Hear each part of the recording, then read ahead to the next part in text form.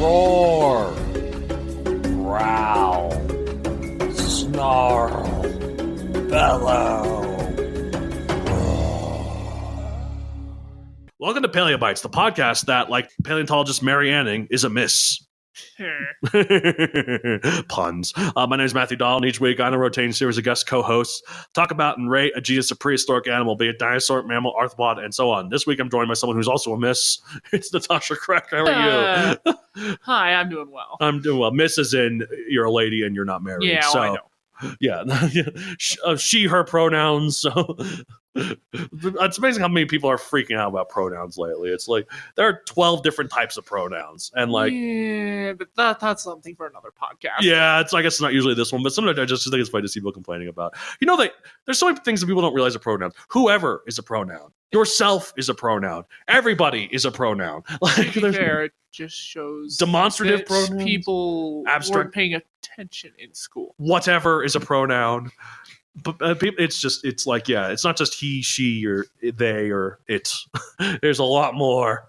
Again, to be fair, it shows that people weren't paying attention in school. Well, to be fair, understand sentence structure. To be fair, I barely was. Like, grammar was one of the classes that was quote unquote required for an English degree. And I tried to take it at UNC, our college, and I dropped out when I got like a 20% on the first test because his teaching was like, okay, here's this, memorize it, good, let's go on. This, memorize it, good, let's go on. I'm like, wait, I'm still in the first one. But then thankfully, a class that requires the same credit but was not taught often, history of the English language, was taught in my very last semester. I'm like, I'm taking that, and I did, and I got my English degree. Nice. So, and here I am, living the good life with my English degree. I mean, to be fair, my history degree didn't do me much good, and I ended up, long story short, getting a Class A, and it's doing me more good in the shorter time I've had it. Oh, no. Like, honestly, college is way too expensive, and, like, I think having a degree at all is good, but not necessarily in terms of getting a job, because the job market sucks for everyone now. Even if you have an engineering degree, you're not always guaranteed a job. To be fair, there wasn't enough push, and so this is where I'm going to step in. Go to trade school instead. Yes. Go right into the workforce. Trades are going to be there for a while. I think if you can afford it, though, college is good for learning. But with the rise of online learning and yes, there's things like Skillshare and all that, like I am greater options. I am very thankful I went to college for the social experience I had, all the friends I met, and also the things I learned, like in terms of my English degree. I learned so much. To be fair, I learned a lot with my history degree, but yeah. Is it worth the tens of thousands of dollars in student loans? No, but it was still good. I got. I don't know. But anyways, let's not talk about none of that. But I guess in terms of English majors, we were good with our writing, a great writing, as one could say. And speaking of which, I mean, so are historians. Yes, historians in English were good for our great writing. And speaking of which, we're talking about Megalograptus, which does literally translate to great writing. As to why it translates to that, I'll get to it here. But type is a eurypterid.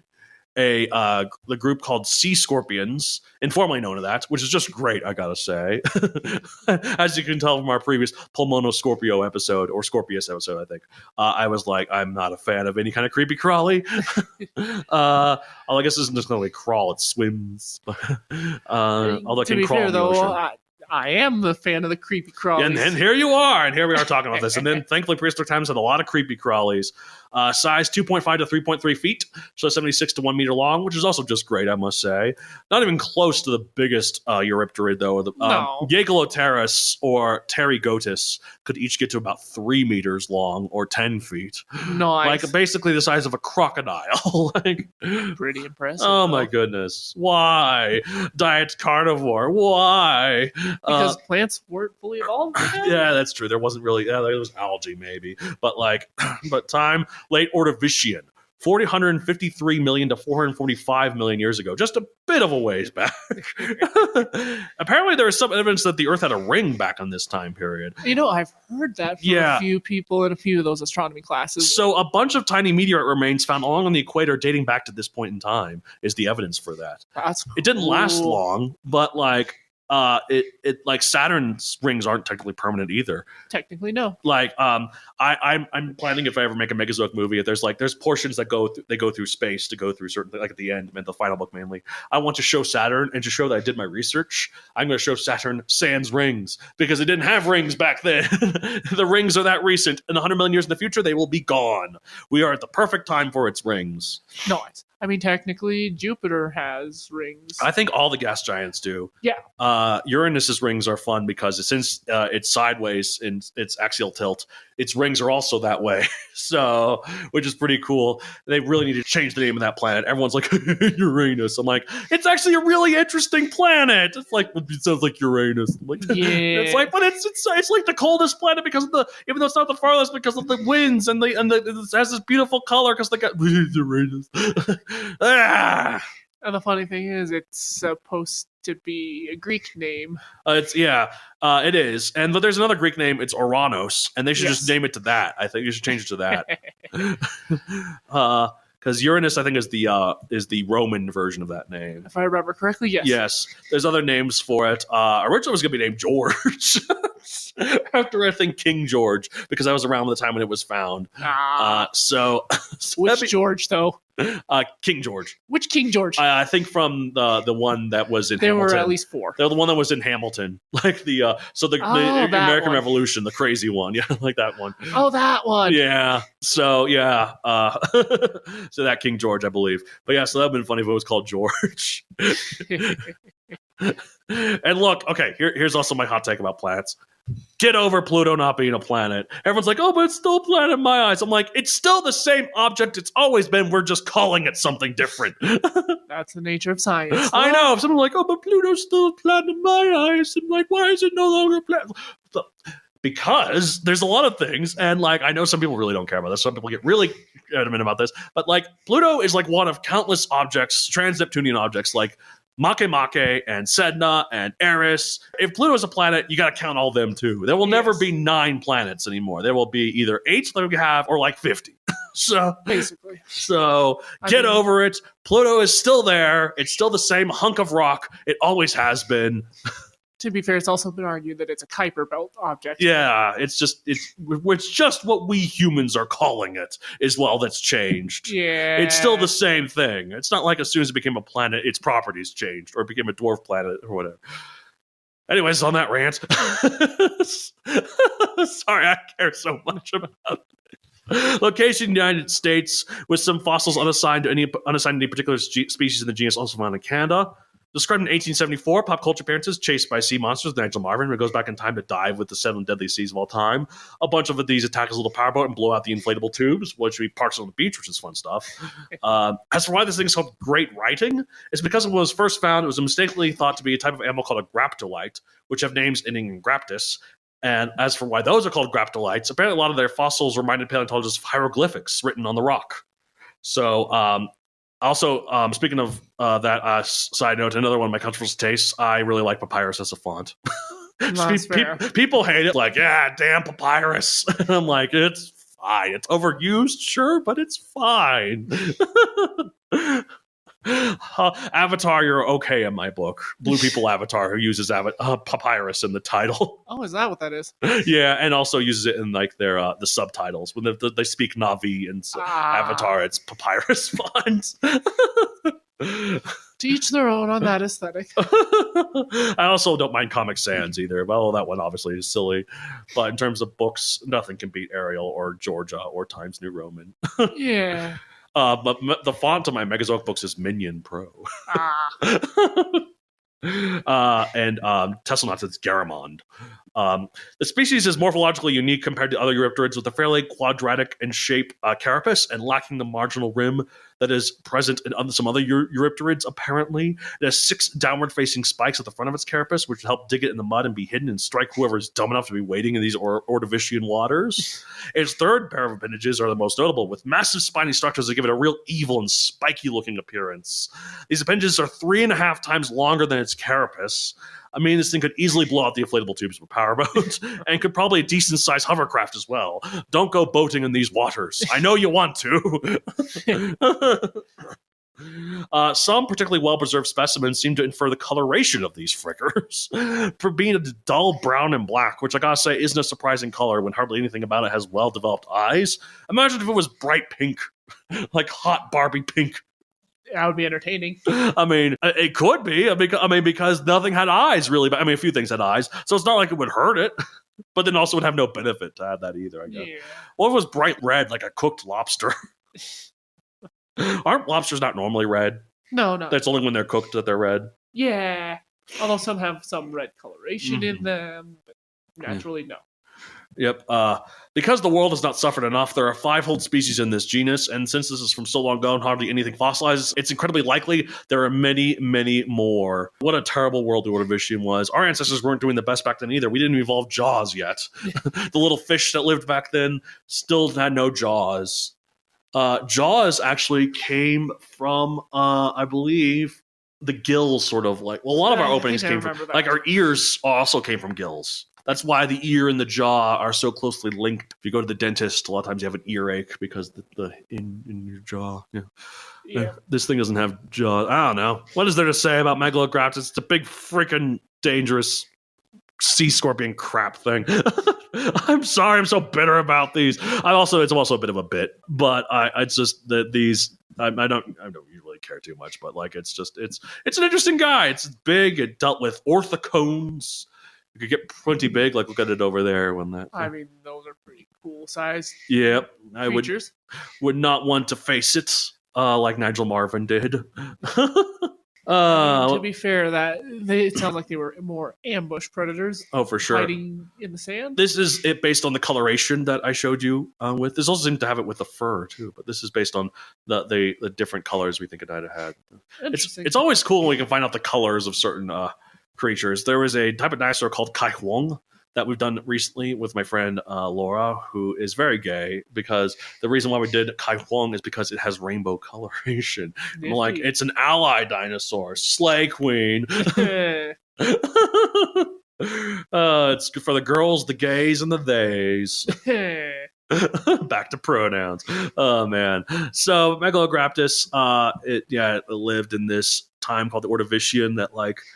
Not a lot of plants, not a lot of animals. I mean, there are more animals than plants, for sure. And everything was pretty much in the ocean. Occasionally it could go on the land, like I mentioned in that Nigel Marvin thing. It speculated there was almost like horseshoe crabs that could go on the land to lay their eggs. And it makes sense if there was nothing else on land, laying your eggs on land would be good because then nothing would eat it. Correct. So there were horseshoe crabs back then too, because why wouldn't there be? Exactly. And they basically looked exactly the same.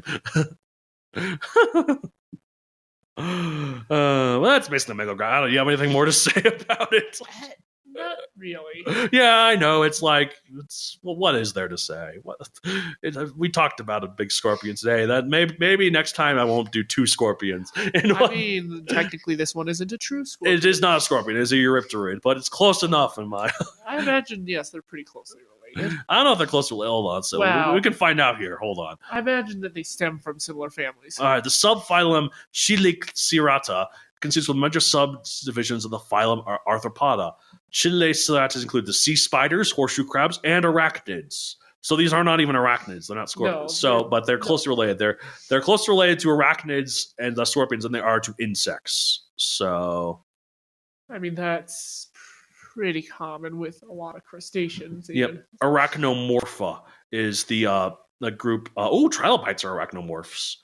Arachnomorpha is considered the sister group to Mandibulata, which includes insects, crustaceans, and myriapods. So actually, they're more closely related to scorpions than they are to crustaceans. Crustaceans really are not closely related to scorpions at all. Then, huh? Yeah, it seems not. No, wow, that is really the whole thing of like the carcinization, everything involving the crabs, though, seems to be. It seems just a lot of convergent evolution. Oh yeah, well that's again like the way the sea scorpions look like scorpions for sure. It was horseshoe crabs. When did they Triassic? Wait, what? I thought they were around back then. This says they were only evolved in the Triassic. I was lied to. I thought they were around like since forever, but I guess not. But horseshoe crabs have been around since the Triassic. So apparently, although. Yeah, wow, look at these. Yeah, because they look If you look underneath their shell, you can see the more spider-like appearance of horseshoe crabs. Yeah. Yeah, but like, have you ever seen a horseshoe crab up close? Yes. Oh wow, really? Butterfly Pavilion. Oh, they have them there too. Oh wow. Oh yes, they do. They have them. Oh yeah, look. Here's in the touch tank. Oh, here it is underneath. I can see their legs. They're And in order to see the underside, they actually keep a toy horseshoe crab that the kids can touch and lift up. Oh, I thought for a second you were saying there was a toy for the horseshoe crabs they could like play with when they're lower on the ground. I thought that was so cute. But they do have touch tanks with horseshoe crabs that they show you how to pet them, and I've pet the horseshoe crabs. They're kind of cool. They do wag their tails up in the air in a threatening scorpion-like manner. Yeah, I know this is not related to any of these things. This is more of a bivalve, but have you heard of gooey ducks? Yes. Oh my god, they're so weird. I freaked my parents out when I told them about gooey ducks. They're like, it's the most phallic looking thing you can imagine. And they're quite delicious. They're so big. Yeah, and a lot of people really like to eat them. They were mentioned, I remember in Ratatouille, there was a brief mention where someone was reading the ingredients of one of Gusteau's dishes, and gooey duck was one of the ingredients. And I'm like, wow, this French restaurant just has some gooey duck laying around in its pantry or whatever. That's cool. Apparently, they're quite delicious. I've heard, but I wonder if these things were delicious. The Megalograptus, probably not, because maybe not. I mean, are lobsters delicious, or is it just butter that's delicious? They're quite delicious. I've had I eat lobster from time to time. Yep. I actually like it. It's an acquired taste. Yes, I guess that's true. But usually people like to just smother it in butter in order to make it delicious. Like, I mean, you can, but there's ways to make the lobster itself shine. Right, that's good. I'm sure there's some ways. But Jim Gaffigan had a bit about that where he's there's actually a whole food truck that pops around called Cousin's Maine Lobster that do some really good stuff. A little expensive, but they're delicious. This is not scientific at all. But so Wendy's recently did a tie-in with SpongeBob, and they did Krabby Patties. Oh no, I heard about that one. They were all right, but I gotta say, and this makes zero sense. I'm aware because Mr. Krabs is the one who sells the Krabby Patties. When I hear the word Krabby Patty, maybe this is just because this is how we would make it as humans. I would think of a burger that has a little bit of crab meat in it. So like a surf and turf kind of burger, you know. You have to be really careful with how you do things like that because ground beef, unless you flavor it really right, use high quality, combine it with crab, that's a very different taste. Yeah, but that's just more. So I imagine like a burger that almost tasted like seafood. Like, to be fair, they make burgers out of salmon, so I don't see why you couldn't. Also, I guess that's true. The burger doesn't necessarily have to be steak. It could be a salmon and crab, or I don't know. I'm just Wendy's isn't smart enough or in the right price range to make a quality patty out of actual No, I know. Kind. No, I know. Obviously, they wouldn't. Obviously, it was just a burger. But like, whenever I hear the term Krabby Patty, even though it doesn't make sense to have crab meat in it, because Mr. Krabs is selling it. He may be a capitalistic monster, but he is not going to sell his own kind as food. To be fair, a lot of crustaceans are actually scavengers. Oh, and are they cannibals though? Are they cannibals though? Some eat probably. Oh well, I guess then he would do it. Okay. Oh man! All right, well I'm gonna write Megalograptus like 20 million, 25 million because it is impressive. I just don't like it. What about you? I mean, I'll stick with the 25 just because not a lot of information available about it. There actually is quite a bit of information about it. I'm just not reading a lot of it. That we know what its color was. It was an ancient animal. Yeah, and it's big. I mean. A lot of sea different scorpions. Scorpions are kind of cool. Anyway. They are. They're cool. This one isn't the biggest one, but it's the most common one, I think. So, yeah. All right. Well, that's it for this week. If you want to get a whole show and contact me at palebytespodcast@gmail.com, Palebytes Podcast on Twitter. Wait, not on Twitter. Palebytes Podcast on Blue Sky, and Palebytes Podcast on Instagram. Where can they find you? I can be found on Instagram at NK Arts and Crafts and on Kara as Blues Arts and Crafts. Yes, and that's Cara with a C. Yes, so. C-A-R-A. Yes, indeed. All right, I have a book series on Amazon Megazoic available for print and Kindle. No, none of these in there because this is much further back than these take place. Although I do think I described maybe some of the ships that they flew might have looked a bit like some sort of aquatic sea scorpion-like thing. So particularly back in the older civilizations. So that's my way of introducing it, sort of. Fair enough. But it's not in itself in there. Anyways, all right, well, that's it for this week. We'll see you at the end of every episode of Paleo Bites. Watch out for the sea scorpion. Krabby Patty. I don't know, just random references to the thing we talked about in the show. Oh, man, callbacks. Thanks for listening. If you want to further support the show, you should subscribe to my Patreon at patreon.com/MatthewDonald, where you can get ad-free episodes and you can get the raw, unedited episodes, and every month you get bonus episodes where we talk about pop culture featuring prehistoric animals. We've talked about Jurassic Park, we've talked about the obscure strategy game Dino Island, we've talked about Friends, we've talked about Google Chrome, we've talked about Dinoverse, we've talked about Terra Nova. Who knows what we'll talk about? It's a mystery every time. So go and check it out at patreon.com/Matthew Donald. Thank you so much for listening, and have a good day. Chomp.